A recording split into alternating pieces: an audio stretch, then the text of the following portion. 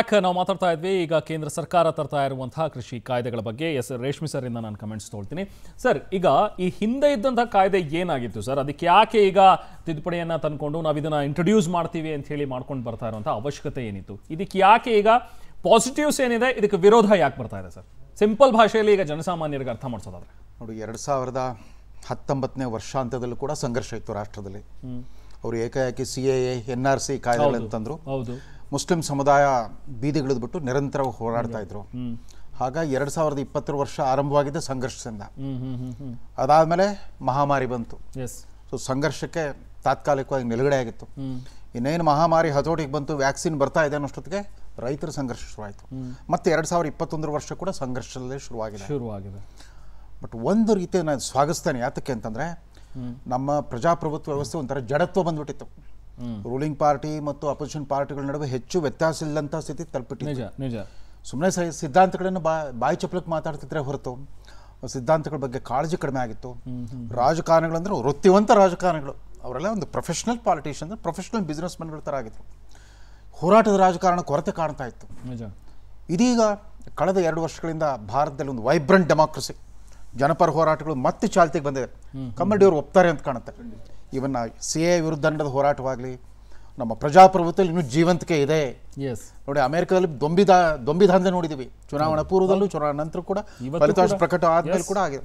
ಇಲ್ಲಿ ದೊಂಬಿದಾಂಧೆ ಇರುವುದು ಅಹಿಂಸಾತ್ಮಕ ಪ್ರತಿಭಟನೆ ಇನ್ನೂ ಜನಕ್ಕೆ ನಂಬಿಕೆ ಉಳಿದಿದೆ. ಸತ್ಯಾಗ್ರಹ ತತ್ವ ಮತ್ತೆ ವಿಜೃಂಭಿಸ್ತಾ ಇದೆ. ಅವರ ನಿಲುವಿನ ಬಗ್ಗೆ ನಮ್ಮ ಪರ ವಿರುದ್ಧ ಅಭಿಪ್ರಾಯಗಳು ಏನೇ ಇರಲಿ, ಮತ್ತೆ ಜನ ಅದು ಒಂದು ದೊಡ್ಡ ಅತ್ಯಂತ ಬಲಿಷ್ಠ ಬಹುಮತ ಇರುವಂತಹ ಸರ್ಕಾರದ ವಿರುದ್ಧ, ಅದರ ನಿಲುವಿನ ವಿರುದ್ಧ ಪ್ರತಿಭಟಿಸುವಂತ ತೋರಿಸ್ತಾ ಇದ್ದಾರೆ. ಸರ್ಕಾರ ಕೂಡ ಇಲ್ಲಿವರೆಗೂ ಹಿಂಸೆಯನ್ನು ಬಳಸಿಲ್ಲ.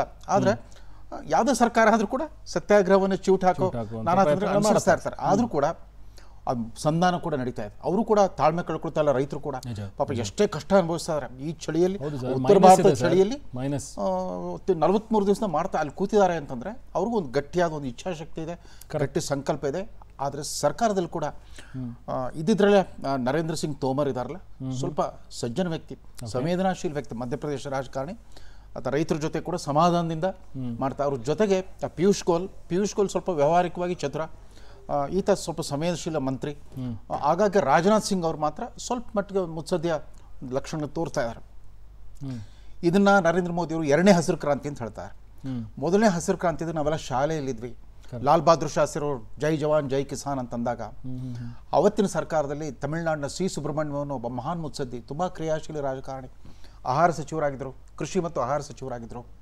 ನಾರ್ಮನ್ ಬೋರ್ಲಾಗ್ ಮತ್ತು MS ಸ್ವಾಮಿನಾಥನ್ ಅವರಿಬ್ಬರು ವಿಜ್ಞಾನಿಗಳು, ಕೃಷಿ ವಿಜ್ಞಾನಿಗಳು. ಈ ಹಸಿರು ಕ್ರಾಂತಿಯ ರೂವಾರಿಗಳಾದರು. ಒಂದು hybrid wheat and hybrid rice variety, hybrid paddy ವೆರೈಟಿಗಳನ್ನ ಇಂಟ್ರೊಡ್ಯೂಸ್ ಮಾಡಿದರು. ಸೊ ಆ ವೈಜ್ಞಾನಿಕ ಆವಿಷ್ಕಾರಕ್ಕೆ ಭಾರತದ ಅನಕ್ಷರಸ್ಥ ರೈತರು ಯಾವ ರೀತಿ ಸ್ಪಂದಿಸಿದ್ರು ಅಂತಂದರೆ 1966-67ರಲ್ಲಿ 90 ಮಿಲಿಯನ್ ಟನ್ ಇದ್ದ ಆಹಾರ ಉತ್ಪಾದನೆ 1977-78 ಅಂದರೆ ಇಂದಿರಾ ಗಾಂಧಿಯವರ ಮೊದಲ ಅವಧಿ ಮುಗಿತಿರೋ ಹಾಗೆ 210 ಮಿಲಿಯನ್ ಟನ್ ಆಗಿತ್ತು. ಅಷ್ಟು ಅದ್ಭುತವಾಗಿ ಸ್ಪಂದಿಸಿದ್ರು. ಆದರೆ ಏನಾಯಿತು ಅಂತಂದರೆ ಆ ಶ್ರಮಜೀವಿ ರೈತರಿಗೆ ಅವತ್ತಿನ ಸರ್ಕಾರಗಳು, ಬೇರೆ ಬೇರೆ ರಾಜ್ಯಗಳ ಸರ್ಕಾರಗಳು, ಕೇಂದ್ರ ಸರ್ಕಾರಗಳು ನೀರಾವರಿ ವ್ಯವಸ್ಥೆಯನ್ನು ಕಲ್ಪಿಸಿಕೊಟ್ರು, ಹೈಬ್ರಿಡ್ ಬೀಜಗಳನ್ನು ಕೊಟ್ಟರು, ರಾಸಾಯನಿಕ ಗೊಬ್ಬರಗಳ ಪೂರೈಕೆ ಮಾಡಿದರು, ಕ್ರಿಮಿನಾಶಕಗಳ ಪರಿಚಯ ಮಾಡಿಸ್ಕೊಟ್ರು, ಎಲ್ಲ ಮಾಡಿದರು. ಅದಕ್ಕೆ ಸರಿಯಾಗಿ ಸ್ಪಂದಿಸಿದ್ರು, ಬೆಳೆ ಬಂತು, ಅದೆಲ್ಲ ಸರಿ. ಆದರೆ ಅವ್ರಿಗೆ ಮೂಲ ಶಿಕ್ಷಣವನ್ನು ಕೊಡಲೇ ಇಲ್ಲ. ಅವ್ರಿಗೆ ಹೈಬ್ರಿಡ್ ಟೆಕ್ನಾಲಜಿ ಅಂದರೆ ಏನು ಗೊತ್ತಿರಲಿಲ್ಲ. ಅವ್ರು ಕೊಟ್ಟಿದ್ರೆಲ್ಲ ಮಾಡಿ ತೋರಿಸ್ಬಿಟ್ಟು ನಮ್ಮ ಶ್ರಮಜೀವಿ ಅವ್ರಿಗೆ ಯಾರು ನಾವು ಎಲಿಮೆಂಟರಿ ನಾಲೆಜ್ ಆಫ್ ಎಕಾಲಜಿ ಆಗಲಿ, ಬಯಾಲಜಿ ಆಗಲಿ, ಮಾರ್ಕೆಟಿಂಗ್ ಆಗಲಿ, ಬಿಸ್ನೆಸ್ ಮ್ಯಾನೇಜ್ಮೆಂಟ್ ಏನೂ ಹೇಳ್ಕೊಟ್ಟಿಲ್ಲ. ಹಾಗಾಗಿ ಅವರು ತಮ್ಮ ಪರಿಶ್ರಮದಿಂದ ಉತ್ಪಾದಿಸುವ ಉತ್ಪನ್ನವನ್ನೆಲ್ಲ ಮಾರ್ಕೆಟ್ ದಲ್ಲಾಳಿಗಳ ಕೈ ಒಪ್ಪಿಸ್ಬಿಟ್ರು. ಅವ್ರ ಭವಿಷ್ಯವನ್ನೇ ಮಾರ್ಕೆಟ್ ದಲ್ಲಾಳಿಗಳಿಗೆ ಒಪ್ಪಿಸ್ಬಿಟ್ಟು ಕಳೆದ ಮತ್ತೆ ಆಗಲೇ 50 ವರ್ಷ ಜಾಸ್ತಿ ಆಯ್ತು. ಇವತ್ತಾಗಲೇ ಹಸಿರು ಕ್ರಾಂತಿ ಶುರುವಾಗಿಬಿಟ್ಟು ಇದನ್ನೇನಾದರೂ UPA ಸರ್ಕಾರದಲ್ಲಿ ಅಂದರೆ ಕಮ್ಯುನಿಸ್ಟರು ಪಾಲ್ದಾರಾಗಿದ್ದ ಒಂದು ಸರ್ಕಾರ ಇಂಥ ಒಂದು ಪ್ರಯತ್ನ ಮಾಡಿದರೆ ಎಂಥ ಪರಿವರ್ತನಶೀಲ ರಾಜಕಾರಣ ಅಂತ ಇದ್ವಿ. ಇದರ ಯಥಾಸ್ಥಿತಿ ಸ್ಟೇಟಸ್ ಕೋ ಗೌರ್ಮೆಂಟ್ ಅಂತಿದ್ವಿ. ಇದೊಂಥರ ರೆವಲ್ಯೂಷನರಿ ಚೇಂಜ್ ಅಂತ ಅಂದ್ಬಿಡ್ತಾ ಇದ್ರು. ಹಾಗಾಗ್ತಾ ಇಲ್ಲ. ನಮ್ಮ ರಾಜಕೀಯ ಪಕ್ಷಗಳ ನಿಲುವೇನಾಗ್ಬಿಟ್ಟಿದೆ, ಎಲ್ಲ ಪಕ್ಷಗಳು ತಮ್ಮ ಮ್ಯಾನಿಫೆಸ್ಟೋನಲ್ಲಿ 1980ರ ದಶಕದಲ್ಲಿ ₹2 kg ಅಕ್ಕಿ ಅಂತಿದ್ರು, 90ರ ದಶಕದಲ್ಲಿ ₹1 kg ಅಕ್ಕಿ ಅಂತಂದರು. ಅದಾದಮೇಲೆ ಹೊಸ ಸಂವತ್ಸರ ಶುರು ಆದಮೇಲೆ ಫ್ರೀಯಾಗಿ ಕೊಡ್ತೀವಿ ಅಂತಂದ್ಬಿಟ್ರು. ಒಂದು ಸ್ಪರ್ಧಾತ್ಮಕ ರೀತಿಯಲ್ಲಿ ಮತದಾರರಿಗೆ ಉಚಿತವಾಗಿ ಅಕ್ಕಿ ಕೊಡ್ತೀವಿ ಅಂತ ಹೇಳ್ತಾರೆ ಹೊರತು ಅಕ್ಕಿ ಉತ್ಪಾದನೆ ಮಾಡೋ ರೈತನಿಗೆ ಕನಿಷ್ಠ ಬೆಂಬಲ ಬೆಲೆ ಇಷ್ಟು ಕೊಡ್ತೀವಿ ನಾವು ಅಧಿಕಾರಕ್ಕೆ ಬಂದರೆ ಅಂತ ಹೇಳೋ ಯಾವ ರಾಜಕೀಯ ಪಕ್ಷ ಕೂಡ ಇಲ್ಲ. ಇದೇ ಇರೋದು ಈ ರಾಜಕೀಯ ಬೂಟಾಟಿಕೆ, ಸೈದ್ಧಾಂತಿಕ ಬೂಟಾಟಿಕೆ ಅಂದರೆ ಇದೇನೆ ನಮ್ಮ ರಾಜಕೀಯ. ಈ ಸೋಗಲಾಡಿತನ, ಸೈದ್ಧಾಂತಿಕ ಸೋಗಲಾಡಿತನ ಮತ್ತು ರಾಜಕೀಯ ಬೂಟಾಟಿಕೆ ಇದೆಲ್ಲ, ಇದರಲ್ಲಿ ಸಿಕ್ಕಾಕೊಂಡ್ಬಿಟ್ಟಿದ್ದ ರೈತ. ಅದು ವಿಶೇಷವಾಗಿ ಭೂ ಸುಧಾರಣೆ ಕಾನೂನಿನಿಂದ, ಅದು ಕರ್ನಾಟಕದ ಅತ್ಯಂತ ಕ್ರಾಂತಿಕಾರಿ ಕಾನೂನು. ಉಳುವವನೇ ಒಡೆಯ ಅಂತಂದ್ಬಿಟ್ಟು ಅವ್ರು ಎಲ್ರಿಗೂ ಕನಿಷ್ಠ 2.5 ಎಕರೆಷ್ಟು ಹಂಚಿಕೊಟ್ಬಿಟ್ರಲ್ಲ. ಆ 2.5 ಎಕರೆ ಸಣ್ಣ ಹಿಡುವಳಿದಾರ ಅಥವಾ ಅತಿ ಸಣ್ಣ ಹಿಡುವಳಿದಾರ ಕೃಷಿ ಒಂದನ್ನೇ ನೆಚ್ಕೊಂಡ್ಬಿಟ್ಟು ನೆಮ್ಮದಿಯಿಂದ ಬದುಕಲಿಕ್ಕೆ ಸಾಧ್ಯವಾ? ತಾವು ಪ್ರಾಮಾಣಿಕವಾಗಿ ಹೇಳಿ, ನಿಮ್ಮ ಎಡಪಂಥೀಯರೋ ಬಲಪಂಥೀಯರೋ ಯಾರೂ ಆಗ್ತಾ ಇಲ್ಲ. ಜೊತೆಗೆ ಕಳೆದ 20 ವರ್ಷಗಳಿಂದ ಬಂದಿರೋ ಒಂದು ಕೆಟ್ಟ ಬದಲಾವಣೆ ಏನು ಅಂತಂದರೆ, ಲ್ಯಾಂಡ್ ಕಲ್ಟಿವೇಷನ್ಗಿಂತ land conversion has become more profitable. ಭೂ ವ್ಯವಸಾಯಕ್ಕಿಂತ ಭೂ ಪರಿವರ್ತನೆ ವ್ಯಾಪಾರ ಭಾಳ ದೊಡ್ಡ ಪ್ರಮಾಣದಲ್ಲಿ ಲಾಭವನ್ನು ಕೊಡೋಕೆ ಶುರು ಆಯಿತು. ರಾತ್ರೋರಾತ್ರಿ ಕೋಟ್ಯಾಧಿಪತಿಗಳಾಗ್ಬಿಟ್ರು ನಮ್ಮ ಕಣ್ಣೆದುರಿಗೇನೆ. ರೈತಾಪಿ ಗ್ರಾಮೀಣ ಕರ್ನಾಟಕದಿಂದ ಬಂದ ಶಾಸಕರೆಲ್ಲ ಇವತ್ತು ಕೋಟ್ಯಾಧಿಪತಿಗಳಾಗ್ಬಿಟ್ರು. ಎಲ್ಲ ರಿಯಲ್ ಎಸ್ಟೇಟ್ ದಂಧೆ. ಯಾವಾಗ ರಿಯಲ್ ಎಸ್ಟೇಟು ಮೇಲ್ಗೈ ಪಡೀತೋ, ರಾಜಕಾರಣವನ್ನು, ಉದ್ಯಮ ವ್ಯಾಪಾರವನ್ನು ಎಲ್ಲವನ್ನೂ ನಿಯಂತ್ರಿಸೋಕೆ ಶುರುವಾಯಿತು. ಪಾಪ ರೈತ ಇನ್ನಷ್ಟು ದೈನ್ಯ ಸ್ಥಿತಿಗೆ ತಲುಪಿದ್ದ. ಆಮೇಲೆ 30 ವರ್ಷಗಳಾಗ್ತಾ ಇದೆ. ಮನಮೋಹನ್ ಸಿಂಗ್ ಆರ್ಥಿಕ ನೀತಿ, ಜಾಗತೀಕರಣದ ಆರ್ಥಿಕ ನೀತಿ ಬಂದು 30 ವರ್ಷ ಆಗ್ತಾ ಇದೆ. ಜಾಗತೀಕರಣದ ಫಲವನ್ನು ಶಿಕ್ಷಣ ಕ್ಷೇತ್ರ, ಆಮೇಲೆ ಆರೋಗ್ಯ ಕ್ಷೇತ್ರ, ಸೇವಾ ಕ್ಷೇತ್ರ ಎಲ್ಲ ಕಡೆ ಜಾಗತೀಕರಣದ ಲಾಭವನ್ನು ಪಡ್ಕೊಂಡ್ರು. ವಿದ್ಯಾವಂತ ಮಧ್ಯಮ ವರ್ಗದವರು ದೊಡ್ಡ ಪ್ರಮಾಣದಲ್ಲಿ ಫಲಾನುಭವಿಗಳಾದರು. ಅದರ ಕೃಷಿ ಕ್ಷೇತ್ರಕ್ಕೆ ಜಾಗತೀಕರಣದ ಸಾಧಕ ಬಾಧಕಗಳೇನು ಎಂದಾದರೂ ಚರ್ಚೆ ನಡೆದಿದೆಯಾ? ಪ್ರತಿ ಸಾರಿ ಸಿದ್ದರಾಮಯ್ಯನವರು ತಮ್ಮ 13ನೇ ಬಜೆಟು 14ನೇ ಬಜೆಟ್ ಮಂಡಿಸುವಾಗ ನಾನು ನಿರೀಕ್ಷೆ ಮಾಡ್ತಾ ಇದ್ದೆ, ಎಲ್ಲ ಒಂದು ಕಡೆ ಜಾಗತೀಕರಣದ ಸಾಧಕ ಬಾಧಕಗಳ ಬಗ್ಗೆ ರೆಫರೆನ್ಸ್ ಬರುತ್ತಂತ ಏನೂ ಇಲ್ಲ. ಅವರದೇ ಪಕ್ಷದ ಪ್ರಧಾನಮಂತ್ರಿಯವರು ಹಿಂದೆ ಆರ್ಥಿಕ ಸಚಿವರಾಗಿ ತಂದ ಒಂದು ಬದಲಾವಣೆ. ನನಗನ್ಸುತ್ತೆ ಜಾಗತೀಕರಣವನ್ನು ಕೃಷಿ ಕ್ಷೇತ್ರಕ್ಕೆ ತಲುಪಿಸೋ ಒಂದು ಪ್ರಯತ್ನ ಇಲ್ಲಿದೆ. ಆಮೇಲೆ ನಾವು ಇನ್ನೂ ಆ ಸಮಾಜವಾದಿ ಗುಂಗಿನಲ್ಲಿದ್ದೀವಿ. 1971 ಗರೀಬೆ ಹಟಾವೋ ಚಿಂತನೆಯಿಂದ ಆಚೆಗೆ ಬರಲೇ ಇಲ್ಲ. ನಾವು ನಮ್ಮ ಸುತ್ತಮುತ್ತಲಿನ ವಾಸ್ತವ ಬದಲಾಗಿ ಅಂತ ಒಪ್ಕೊಳ್ಳೋಕೆ ತಯಾರಿರಲಿಲ್ಲ. ಯಾಕೆ? ಜಾಗತೀಕರಣದಿಂದ ಈ ಕಾರ್ಪೊರೇಟ್ ಅಂದ ತಕ್ಷಣ ಅವ್ರು ಕಳ್ಳರು ಅನ್ನೋ ರೀತಿಯಲ್ಲಿ ನೋಡ್ತೀವಿ.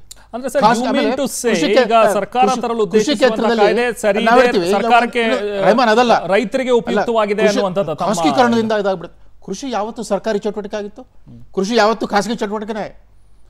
ಭೂ ಸಂಬಂಧಗಳು ಬೇರೆ ಬೇರೆ ಇತ್ತು. ಜಮೀನ್ದಾರ ಗೇಣಿದಾರ, ಜಮೀನ್ದಾರ ಜೀತದಾಳ, ಆ ಸಂಬಂಧ ಒಂದು ಕಾಲದಲ್ಲಿತ್ತು. ಈಗ ಆ ಸಂಬಂಧಗಳು ಬದಲಾಗಿದೆ. ಬಹುಶಃ ಈಗೊಬ್ಬ ಪಬ್ಲಿಕ್ ಪ್ರೈವೇಟ್ ಪಾರ್ಟ್ನರ್ಶಿಪ್ ಅಂತ ಅಂದ್ಬಿಟ್ಟು ನೀವು ಎಜುಕೇಷನ್ನಲ್ಲಿ, ಹೆಲ್ತ್ನಲ್ಲಿ, ಈ ಥರ ಎಲ್ಲ ಚಟುವಟಿಕೆಗಳಲ್ಲಿ ನೀವು ತಂದುಬಿಟ್ರಿ, ಎಕ್ಸೆಪ್ಟ್ ಇನ್ ಅಗ್ರಿಕಲ್ಚರ್. ಅವನು ರೈತ ಮತ್ತು ಅವನು ದಲ್ಲಾಳಿ, APMC ಯಾರ್ಡ್ನಲ್ಲಿರೋ ದಲ್ಲಾಳಿ, ಅವ್ರ ಸಂಬಂಧ ಭಾಳ ಚೆನ್ನಾಗಿತ್ತಾ? ಆ ದಲ್ಲಾಳಿ ಬಳಿ ದೊಡ್ಡ ಮನುಷ್ಯ ಬರ್ತಾನೆ, ಒಬ್ಬ ಕಾರ್ಪೊರೇಟ್ ಬರ್ತಾನೆ. ಇನ್ನು ರಿಟೇಲಿಂಗ್ನಲ್ಲಿ, ಕಿರಾಣದಲ್ಲಿ ಬಂದ್ಬಿಡ್ತು, ರಿಟೇಲಿಂಗ್ನಲ್ಲಿ ಕಾರ್ಪೊರೇಟ್ ಬಂತು. ಕಾರ್ಪೊರೇಟ್ ಅಂದರೆ ಕಳ್ಳರು ಅನ್ನೋ ದೃಷ್ಟಿಕೋನ ಇದೆ, ಸ್ವಲ್ಪ ಮಟ್ಟಿಗೆ ಬದಲಾಗಬೇಕು. ಮನಮೋಹನ್ ಸಿಂಗ್ ತಂದ ಭಾಳ ಮುಖ್ಯವಾದ ಬದಲಾವಣೆ ಅಂತಂದರೆ, ಕಾರ್ಪೊರೇಟ್ ಕ್ಷೇತ್ರದಲ್ಲಿ 3 ಮೌಲ್ಯಗಳನ್ನು ತಂದರು: transparency, accountability, corporate social responsibility ಅಂತ. ಆ ಬದಲಾಗಿರೋ ಅನೇಕ ಅಲ್ಲೂ ದೋಷಗಳಿದೆ, ಅದನ್ನು ದುರ್ಬಳಕೆ ಮಾಡ್ಕೊಂಡ್ರೆ ಅದು ಬೇರೆ. ಮೂಲಭೂತವಾಗಿ ಅಲ್ಲೂ ಒಂದು ಧನಾತ್ಮಕವಾದ ಮಾದರಿಯಲ್ಲಿತ್ತು. ರೈತರಿಗೆ ಯಾಕೆ ಅದು ಸಿಗಬಾರ್ದು? ಒಂದು ಆಲ್ಟರ್ನೇಟಿವ್ ಪಾಸಿಬಿಲಿಟಿ, ಒಂದು ಚಾನ್ಸ್ ಕೊಟ್ಟು ನೋಡೋಣ ಅಂತ ಅನ್ನೋ ಮನಸ್ಥಿತಿ ಬರಬೇಕು. ಸರ್ಕಾರ ಯಾಕಂತಂದ್ರೆ ಇವರು ದುಡುಕಿನಿಂದ ಮಾಡ್ತಿರೋದ್ರಿಂದ ಅವ್ರು ಏನೇ ಮಾಡಿದ್ರು ಕೂಡ ಅವ್ರು ಒಂದು ಒಳ ಉದ್ದೇಶವನ್ನು ಅನುಮಾನಿಸೋಕ್ಕೆ ಸಾಧ್ಯ ಆಗುತ್ತೆ. ಜನ ತುಂಬ ಜೋರಾಗಿ ತಂದುಬಿಡ್ತಾರೆ. ವಿರಾವೇಶದಿಂದ ಈ ಕಾನೂನುಗಳು ಜಾರಿ ಮಾಡ್ತಾ ಇರೋದ್ರಿಂದ ಜನಕ್ಕೆ ಬೇಗ ನಂಬಿಕೆ ಹುಟ್ಟೋದಿಲ್ಲ. ಅವ್ರು ಮನವೊಲಿಸೋ ಪ್ರಯತ್ನ ನಡೆದಿದೆ.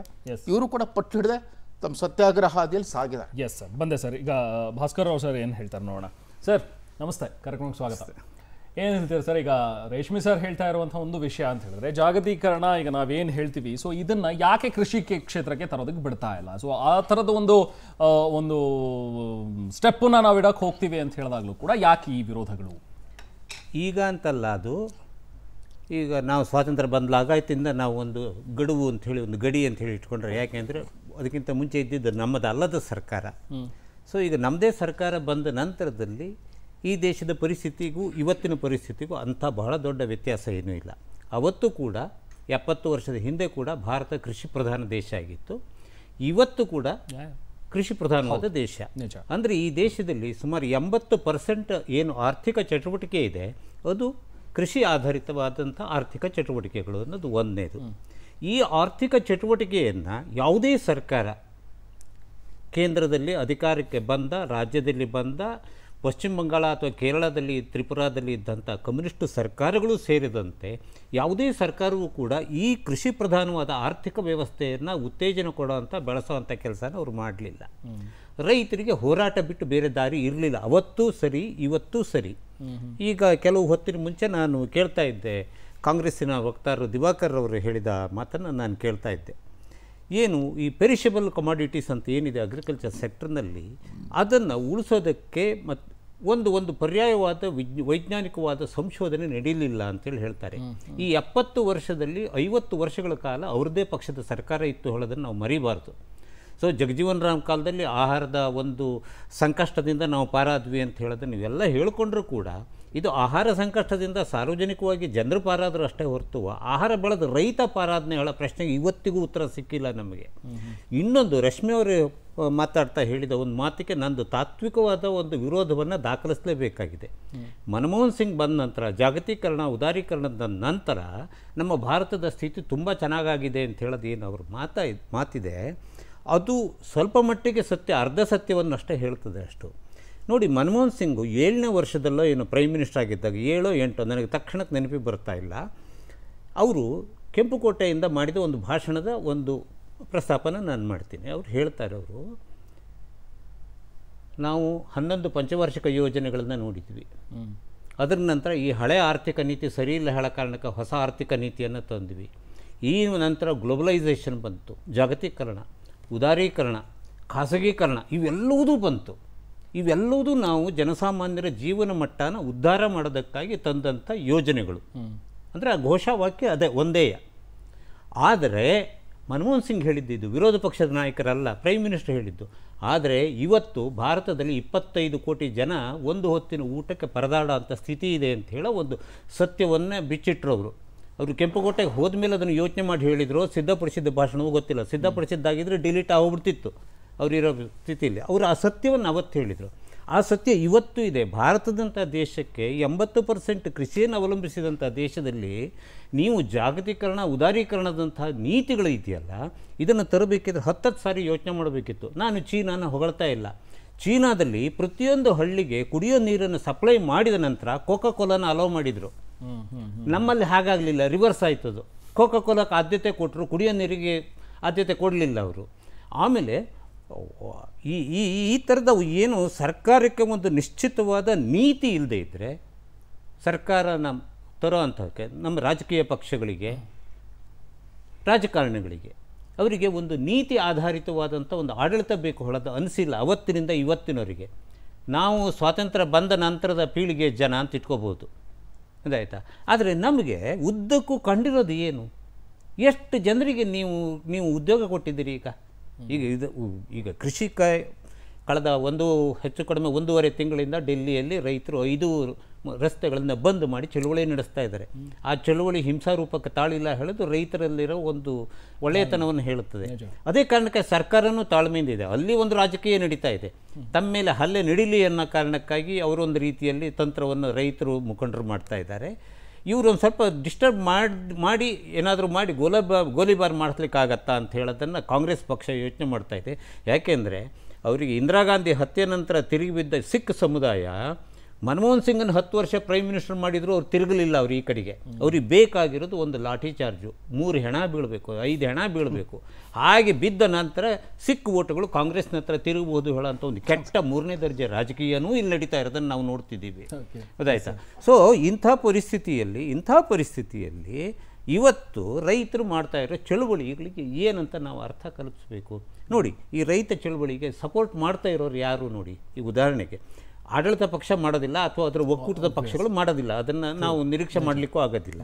ಆದರೆ ಇವತ್ತು ರಾಹುಲ್ ಗಾಂಧಿ ಅವರು ಒಂದು ದಿವಸದ ಮಟ್ಟಿಗೆ ಹೋಗ್ತಾರೆ, ಎಲ್ಲೋ ರ್ಯಾಲಿಯಲ್ಲಿ ಒಂದು ಅಡ್ರೆಸ್ ಮಾಡಿ ಬರ್ತಾರೆ.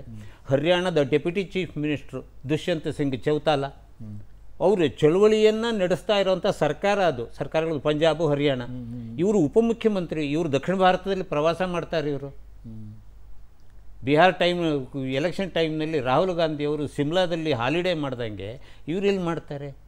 ಸೊ ಈ ಥರದ ಆ ನಾಯಕತ್ವದ ಇವತ್ತು ಅಲ್ಲಿ ಒಂದು ನಿಮಿಷ, ಇದೇ ಭಾಳ ಮುಖ್ಯವಾದ ಅಂಶ ನೀವು ಹೇಳ್ತಿರೋದು.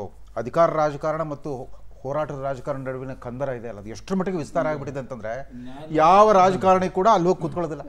ಒಂದು ವಾರ ಕೂತ್ಕೊಳ್ಳೋದಲ್ಲ. ಅವ್ರ ಧರಣಿ ಅಂತಂದ್ರೆ ಬೆಳಿಗ್ಗೆ ಟಿವಿ ಕ್ಯಾಮ್ರಾಗಳು ಬರೋವರೆಗೆ ಅಷ್ಟೇ 3 ಗಂಟೆ ಮಾಡ್ತಾರೆ.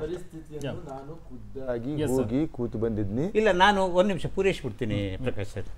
ನಾನು ಪ್ರಕಾಶ್ ಅವರು, ಇವ್ರ ಸ್ನೇಹಿತರು ಬಿ ಆರ್ ಪಾಟೀಲು ಇವರೆಲ್ಲರೂ ಹೋಗಿದ್ದನ್ನು ನೋಡಿದ್ದೀನಿ. ಅದ್ರ ಬಗ್ಗೆ ಬಂದ ಸುದ್ದಿಯನ್ನ ಅಂದ್ರೆ ಒಳ್ಳೇದಲ್ಲ ನಮ್ದು. ಎರಡನೇದಾಗಿ ರೈತ ವಿರೋಧಿ ನೀತಿ, ರೈತರ ಪರವಾದ Varghese. No, please hear me. When a charge has been made against me by my dear friend Bhaskar Rao, I have to rebut it. ಅಪೋದನಿಗೆ ಉತ್ತರ ಕೊಡಬೇಕಲ್ಲ. ಈಗ ವಿಚಾರಕ್ಕೆ ಬರೋಣ.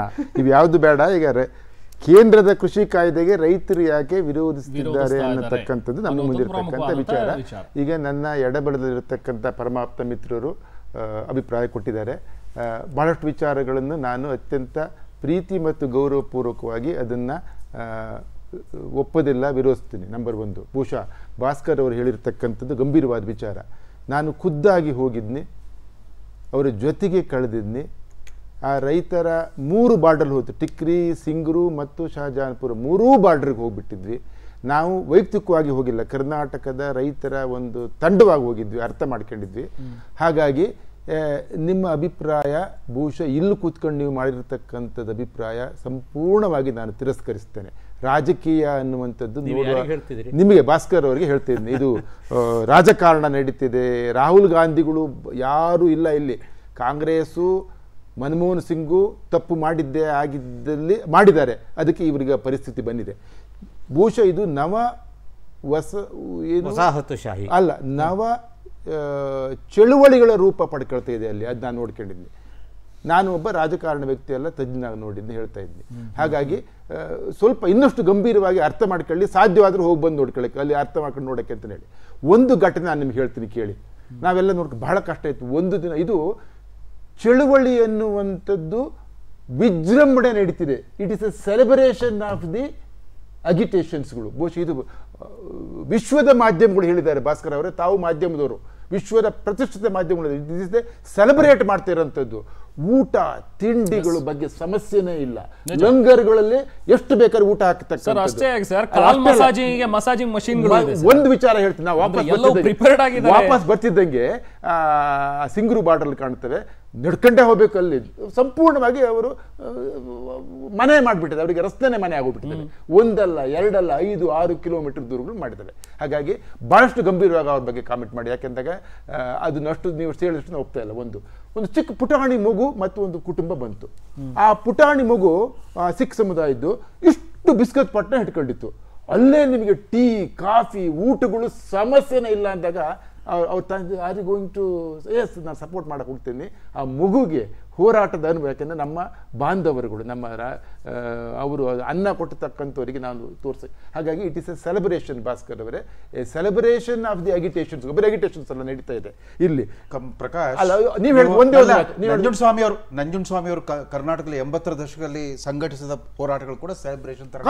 ಅದಕ್ಕೆ ಎಂತ ಶಕ್ತಿ ಇತ್ತು. ಹೌದು, ಸರ್ಕಾರಗಳನ್ನ ಮಾಧ್ಯಮಗಳನ್ನ ಎಲ್ಲರನ್ನೂ ಎಚ್ಚರದಲ್ಲಿಡುವಷ್ಟು ಜಾಗೃತಿಯನ್ನು ಮೂಡಿಸಿದ್ರು ಎಂ ಡಿ ನಂಜುಂಡಸ್ವಾಮಿ ಅವರು. ಬಟ್ ಇದು ಅಂತಲ್ಲ, ಅವ್ರು ಹೇಳ್ತಾರೆ ಕರ್ನಾಟಕ ರೈತರು ಬಹಳ ಕೆಳಹಂತದಲ್ಲಿ ಕರ್ನಾಟಕ ರೈತರು. ಅವ್ರಿಗೆ ಇವ್ರಿಗೆ ಹೋಲಿಕೆ ಇಲ್ವೇ ಇಲ್ಲ. ರಶ್ಮಿ ಅವರೇ, ರೈತರ ಮುಂದಾಳತ್ವ ವಹಿಸಿದ 6 ತಿಂಗಳಾದ್ರೂ ಕೂಡ ನಾವು ರೆಡಿ ಅಂತ ಕೂತ್ಕೊಂಡಿದ್ದಾರೆ. ಅದಕ್ಕೆ ಅಂತ ಒಂದು ಇವ್ರು ಹೇಳ್ತೀನಿ. ಈಗ ಜಾಗತಿಕ ಈ ಹಸಿರು ಕ್ರಾಂತಿ ವಿಚಾರ ಎತ್ತಿದ್ರು.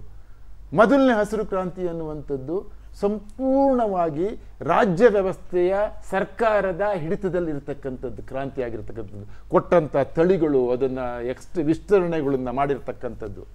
ಇಲ್ಲಿ ಮುಖ್ಯ ಪ್ರಶ್ನೆ ಎತ್ತಿರ್ತಕ್ಕಂಥದ್ದು ಬಹುಶಃ ಕೃಷಿ ವ್ಯವಸ್ಥೆ ಎನ್ನುವುದು ಯಾರ ಹಿಡಿತರದಲ್ಲಿ ಅದು ಅಭಿವೃದ್ಧಿ ಆಗಬೇಕು ಅಂತೇಳಿ. ಜಾಗತೀಕರಣ, ಉದಾರೀಕರಣ ಅಂತೆಲ್ಲ ಹೇಳಿದರು. ವಿಶ್ವದ ಯಾವ ರಾಷ್ಟ್ರದಲ್ಲೂ ಕೂಡ ಕೃಷಿ ಎನ್ನುವಂಥದ್ದು ಸಂಪೂರ್ಣ ಉದಾರೀಕರಣ ಆಗೇ ಇಲ್ಲ. ಅಮೆರಿಕದ ಕೃಷಿಯನ್ನು ಕಿಂಚೊತ್ತು ನೀವು ಉದಾಹರಣೆ ಅಂದೇನು, ಸರ್ಕಾರದ ಹಸ್ತಕ್ಷೇಪ ಬಿಡ್ತಕ್ಕಂಥದ್ದು, ಬೆಂಬಲ ವಾಪಸ್ತುಗಳು ಆಗಿದ್ದಲ್ಲಿ ಅಮೆರಿಕದ 1-2% ಪೂರ್ತಿ ಹೊರಗಡೆ ಬರ್ತಾರೆ. ಹಾಗಾಗಿ ನೀವು ಅದನ್ನು ಪುನಃ ಪರಿಶೀಲಿಸಿ. ಬೇರೆ ನಿಮ್ಮ ಈ ಸೇವಾ ವಲಯದಲ್ಲಿ ಬೇಕಾಗ್ಬೋದು, IT PTಗೆಲ್ಲ ಸಂಪೂರ್ಣ ಜಾಗತಿಕರು ಬೇಕಾಗಿರ್ಬೋದು. ವಿಶ್ವದ ಯಾವ ರಾಷ್ಟ್ರದಲ್ಲೂ ಕೂಡ ಕೃಷಿ ಅನ್ನೋದು ಜಾಗತೀಕರಣಕ್ಕೆ, ಉದಾರೀಕರಣಕ್ಕೆ ತಂದಿಲ್ಲ. ಅದನ್ನ ನೀವು ಒಪ್ಕೊಂಡ್ರಿ. ಈಗ ತಂದಿರತಕ್ಕಂಥದ್ದು ಮನಮೋಹನ್ ಸಿಂಗ್ ಎಷ್ಟೇ ಮಾಡಿದ್ರು ಕೂಡ ಒಂದು ವಿಚಾರದ ಬಗ್ಗೆ ನಾನು ಹೇಳಿದ್ರೆ ಅವರು ಕೃಷಿಗೆ ತಂದಿರಲಿಲ್ಲ. ಈಗ ತರಕಿ ಅಂತ ಹೊಟ್ಟಿರುವಂಥದ್ದು, ಅಕಾಲಿಕ ತರಕಿ ಅಂತ ಹೊಟ್ಟಿರತಕ್ಕಂಥದ್ದು ಒಂದು.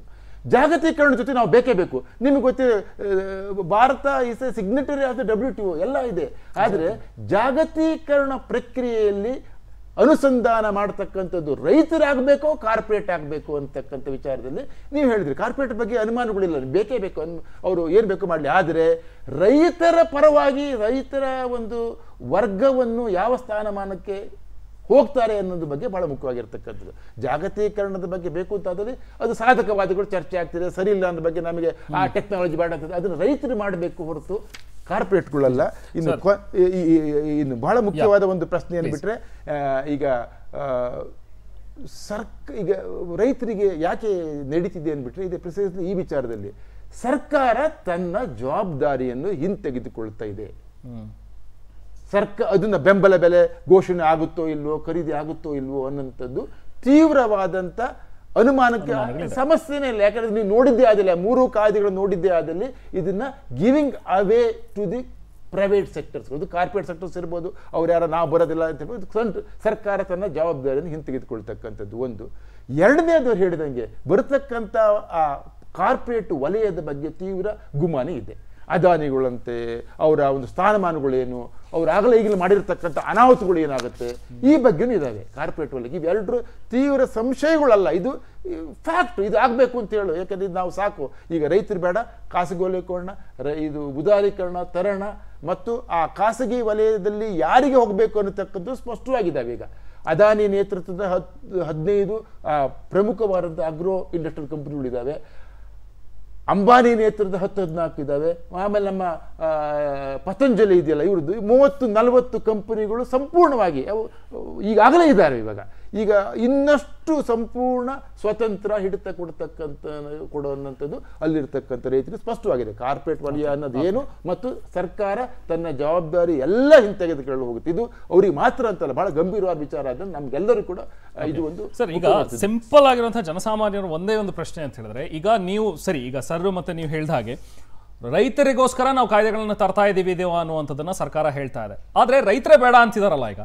ಸೊ ಸಿಂಪಲ್ ಆಗಿರುವಂತಹ ಒಂದು ಲಾಜಿಕ್ ಅಂತ ಹೇಳಿದ್ರೆ, ಈಗ ನನಗೋಸ್ಕರ ನೀವೇನೋ ಒಂದು ರೂಪಿಸ್ತಾ ಇದ್ರಿ ಅಂದ್ರೆ ನನಗೆ ಬೇಡ ಇದು, ನಾನು ಅದನ್ನ ನೋಡ್ಕೊಂಡಿದ್ದೀನಿ, ನನಗೆ ಬೇಡ ಅದು ಅಂತ ನಾನೇ ಹೇಳ್ತಿರುವಾಗ ಯಾಕೆ ಸರ್ಕಾರ ಮೊಂಡುತನವನ್ನ ಪ್ರದರ್ಶಿಸಬೇಕಾದ್ರೆ? ಈಗ ಸರ್ಕಾರ ಇಲ್ಲ ನಿನಗೆ ಒಳ್ಳೇದಾಗತ್ತೆ, ನಿನಗೆ ಮಾಡ್ತೀನಿ ನಾನು ಅಂತ ಹೇಳಿ